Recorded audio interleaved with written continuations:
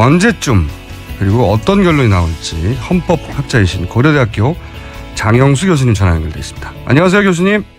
예, 안녕하세요. 네, 국민들 입장에서 가장 궁금한 건 무엇보다 이게 언제쯤 나오려나 결과가. 물론 뭐 지금 예단할 수는 없지만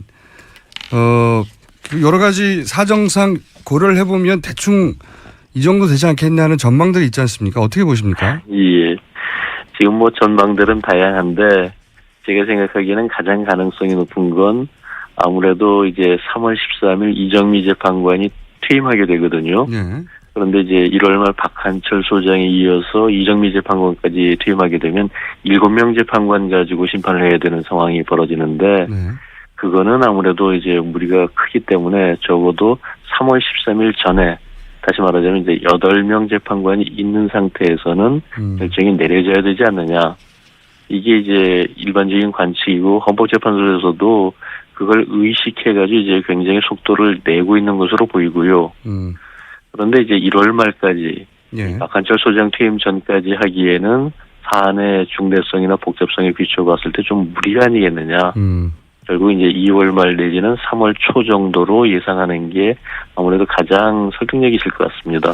그렇군요. 그러니까 박한철 소장 본인은 인터뷰를 통해서 본인 임기 중에 하고 싶다는 의지를 밝히기도 했지만 현실적으로 어려울 것이다. 지금 보면은 이 과거 2004년 노무현 대통령 당시보다 사안이 좀 더 복잡하지 않습니까? 네. 그런데 그때 당시 63일이 걸렸는데 지금 이제 1월 말까지 하려고 하면은 한 50일 정도에 끝내는 거고 더더군다나 이제 연말 연시 크리스마스 뭐 이런 것들까지 다 뺀다면은 한 40일 정도의 결정을 내리는 꼴이 되거든요. 네네. 그건 아무래도 좀 무리가 있겠죠. 자, 그러면 그 다음에 그 분기점이 되는 날짜가 말씀하셨듯이 이제 이정미 재판관 임기까지 3월 13일이면 2월, 그러니까 1월 말은 지나가고 2월부터 3월 13일 사이 어딘가가 될 것이다. 이렇게 예상하신 거 아니겠습니까? 이제 2월 말 내지는 3월 초 그 네. 정도가 이제 가능한 시점이라고 보는 겁니다. 그래서 2말 3초 얘기가 나오는 거군요. 예. 그럼 대략 2말 3초 정도라고 하면 그 다음은 인용 가능성은 어떻게 보십니까? 지금 현재 그 여러 가지 이제 탄핵소추 사유들이 있지만 그 하나하나가 대통령을 파면하기에 충분할 정도로 중대한 사유들이 되고 있거든요. 네. 그렇기 때문에 지금 이런 상황이라면은 뭐 인용 가능성은 상당히 높다라고 저는 평가를 합니다. 특히나 검찰에서도 뭐 증거를 갖다 충분히 확보했다라고 자신할 정도의 그런 상황이라면 아무래도 시간이 이제 뭐 좀 빨라지느냐 늦어지느냐의 문제와는 별개로 인용 가능성은 매우 높다고 봅니다. 시기는 예상하기 어렵지만 인용 가능성은 상당히 높다고 예상하시는 거군요. 그렇죠. 네. 이게 이제 교수님뿐만 아니라 헌법학자들 사이에서 이런 얘기 많이 하실 거 아닙니까? 이게 이게 주론인가요? 거의 대다수 헌법학자들이 그렇게 보고 있습니다. 그렇군요. 자, 그 다음에 궁금해지는 것은 이게 이제 단순히 60일 이내라고만 죄송합니다. 알고 있는데 이게 구체적으로 이제 그 대선일을 정하는 것도 뭐 규칙이 있더라고요. 예. 이게 어떻게 정해지는 겁니까? 만약에 2말 3초 정도 되면? 지금 일단은 이제 60일 이내고요. 예. 그리고 그 60일 이내에 어떤 시점에서 정하느냐는 지금 이제 요일을 또 보게 됩니다. 요일이요. 예. 예, 그래가지고 이제 토요일이나 일요일날 하지는 않고 예. 보통 이제 수요일이나 목요일쯤 해가지고서 이제 가장 여유가 있는 날짜를 정하게 되고 그리고 문제가 되는 것은 지금 이제 일종의 조기 대선일 뿐만 아니라 60일 이내라고 하면 사실 여러 가지로 걸리는 문제들이 많이 생기거든요. 예. 당장 현재 공직에 있는 분들 같은 경우에 있어서는 90일 이전에 이제 공직을 사퇴를 해야 되고 예.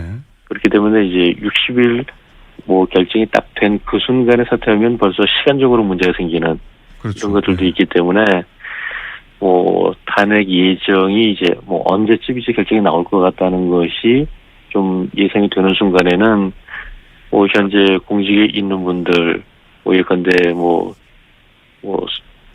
시장이나 지사나 뭐 이런 것들 하고 계시는 분들은 그 공직을 먼저 내려놔야 되거든요. 예. 그리고 그런 것 때문에 이 60일이라고 하는 것은 60일 이내라는 문구성으로 본다면 20일 이내도 가능하고 30일 이내도 가능하겠지만 60일을 거의 채우는 그런 쪽으로 결정을 할 수밖에 없을 것으로 보입니다. 그러면 2말 3초라면 4말 5초가 예상되네요. 그죠? 아니죠. 대선이. 맞습니다. 대선이요? 4말 5초로 이제 봐야 되겠죠. 근데 이 4말 5초도 단순히 4말 5초가 아니라 이제 이게 보통 수요일 같은 날로 정해지니까 예. 4월 달 말에 수요일이거나 아니면 5월 달 초에 수요일을 잡고 싶어도 근데 또 5월 달 초가 되면 그 어린이날로 시작해가지고 그 붙어 있는 연휴가 많지 않습니까? 그것도 고려해야 그렇죠. 되겠네요. 예. 예. 이게 언제가 될지 정말 모르는 상황이네요. 하지만 4말 5초 정도로 예상하면 맞지 않겠나 이렇게 보시는 거죠? 예, 그렇죠. 일단 탄핵 결정이 2말 3초에 내려진다면 대선은 그렇게 될 수밖에 없으니까요. 알겠습니다. 그럼 한 가지만 더 여쭤볼게요. 박근혜 대통령이 이제 어제 긴급히 기자간담회를 자체를 했습니다. 그러면서 이제 아마 탄핵 사유에 해당되는 조목들에 대해서 항목들에 대해서 본인의 반박을 내놓고 싶었던 것 같은데 예. 이런 반박들이 탄핵 심판에 영향을 미칠 수 있습니까? 일종의 소명 같은데. 기본적으로 달라질 것은 별로 없다고 보입니다. 지금 대통령이 헌법재판소 출석하지 않겠다는 의사를 갖다가 확실하게 밝혔고요. 네. 그리고 그동안 대리인단을 통해 가지고 여러 가지 주장들이 나오고 있지 않습니까? 예. 그리고 이제 대리인단에 있어서도 탄핵소추 사유에 대해서는 어느 것 하나 없이 전부 다 부정하는 네. 그런 입장을 취하고 있고 대통령이 기자회견에서 얘기를 한 것도 그렇다고 다르지 않습니다. 물론 이제 개별적인 항목도 대리인단 안에 있어서도 의견이 조금 엇갈리는 부분이라든지 대통령과 얘기가 이제 조금 잘 안 맞는다 이런 지적들도 일부 나오고 있지만 전체적인 논조에서 본다면은 다를 바가 하나도 없고 결국 헌법재판소는 이 대리인단이 주장한 것이든 대통령이 이제 얘기를 한 것이든 그런 것들을 갖다 이제 그대로 따라가기보다는 그동안 확보된 증거들을 분석을 해가지고 그 말이 맞는지 틀리는지를 갖다 이제 검토해야 되는 그런 상황이거든요. 알겠습니다. 그러니까 헌재에 영향을 거의 줄 수 없다 이런 말씀이신 것 같네요. 결국 헌법재판소 결정에 영향을 주는 것은 그동안에 확보된 증거들이죠.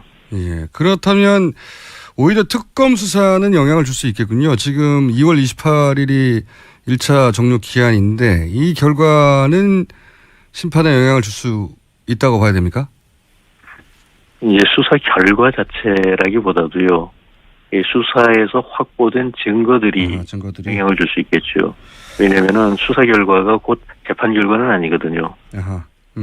심리를 할 때 확실하게 확보된 증거나 물증들이 재판에 영향을 줄 수 있다. 이 헌재. 그렇습니다. 예. 알겠습니다. 오늘 여기까지 하고요. 이 사안은 저희가 아마 몇 달 동안 계속 여쭤볼 사안이 많을 것 같으니까 또 연결하겠습니다. 오늘 말씀 감사합니다. 예, 감사합니다. 네.